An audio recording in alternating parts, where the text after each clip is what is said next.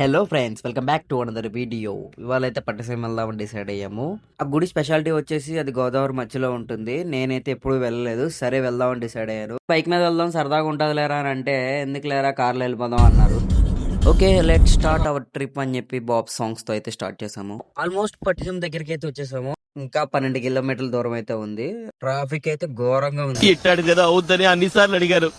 ఎక్కడికి వెళ్తున్నావు అని. ట్రాఫిక్ లో ఎంత ఇబ్బంది పడదాం అని తెలిసి ప్రతి ఒక్కరికి ఆపి మరీ మజ్జిగ అయితే ఇచ్చారు. మజ్జిగ కూడా వాళ్ళ మనసులో ఉంది. ఇంకా నేను మా ఫ్రెండ్ దూరంగా అక్కడ మనుషులా లేదా టెంటా ఏముందో చూద్దామని చెప్పి ఇద్దరం అనుకున్నాము. అరే ఏంట్రా ఇది? అంతమంది ఉన్నారేంట్రా నాయన, అసలు ఎక్స్పెక్ట్ చేయలేదు ఇంతమంది జనం ఉంటారని చెప్పి. పార్కింగే ఏడో ఇచ్చాడు. సర్లే ఎదురుకి వెళ్ళిన తర్వాత షార్ట్ చేయడం కోసమేమో అనుకున్నాను, కానీ దారుణంగా ఉంది. ప్రెసెంట్ అయితే ఇది డ్యామ్ క్లోజ్ చేసి అయితే ఉంది. సో వాటర్ అయితే ఏం లేవు. సో అక్కడే పార్కింగ్ అయితే తీసేసారు. పెట్టుకోవడానికి చాలా ఈజీగా ఉంటది అని చెప్పి కార్స్ అన్ని. మేమైతే లైన్ లోకి అయితే వెళ్ళడానికి స్టార్ట్ అయ్యాము. అదితో అదిగో అక్కడ ఎక్కడో ఉంది గుడి. ఇక్కడ నుంచి లైన్ అయితే వదిలేరు.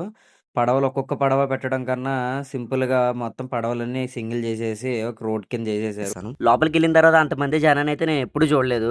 ఇసుకెత్తే రాళ్ళంతమంది జనం నేను వినడమే గానీ ఇప్పుడు లైవ్ లో చూస్తున్నాను. అంతమంది జనం అయితే ఉన్నారు. నేనేమనుకున్నానంటే, అరే ఎక్కడో మధ్యలో ఉంటుంది కదా గుడి, ప్రశాంతంగా వెళ్ళి దర్శనం చేసుకుని వచ్చేద్దాంలే, బాగుంటది కదా, ఎవరు ఉండరు కదా అనుకున్నాను.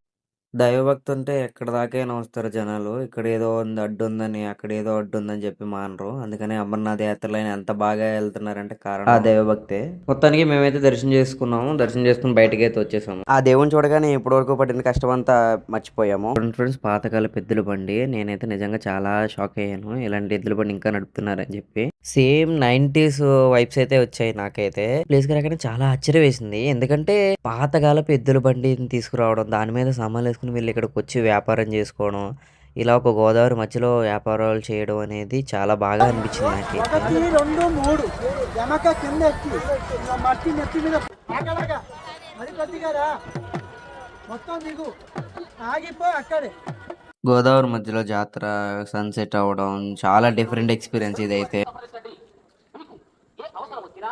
సరే ఇంక వెళ్దాం అని చెప్పి బయటకి అయితే వచ్చేసాము. ఇంకా పార్కింగ్ అయితే క్లియర్ అవ్వలేదు, అలానే ఉన్నారు జనం. ఇంకా పెరిగారు, ఇంక వస్తున్న వాళ్ళు. మధ్యాహ్నం నుంచి రాత్రి వరకు పార్కింగ్ లో ఒక్కటే మ్యూజిక్. అసలు ఇంచు కూడా కదిలింది లేదు, ఎక్కడో అక్కడే ఉండిపోయారు. మొత్తానికి ఇక్కడి నుంచి కదిలాము. లైటింగ్స్ అయితే చాలా బాగా డెకరేట్ చేశారు. గోదావరి దగ్గర నుంచి అయితే గుడి చాలా బాగా కనబడుతుంది. మొత్తానికి ఈ ట్రిప్ అయితే ఇలా అయ్యింది.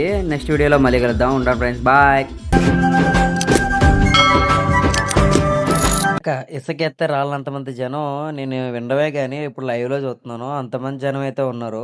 మేము లోపలికి వెళ్ళాము. దర్శనానికి ఎంత టైం పట్టింది, టెంపుల్ యొక్క ఫుల్ డీటెయిల్స్ అయితే నేను సెకండ్ వీడియోలో అయితే అప్లోడ్ చేశాను. అక్కడ అలా వెళ్లే ముందు ఫాలో చేసి సబ్స్క్రైబ్ చేసుకోవచ్చుగా. ఉంటా ఫ్రెండ్స్, బాయ్.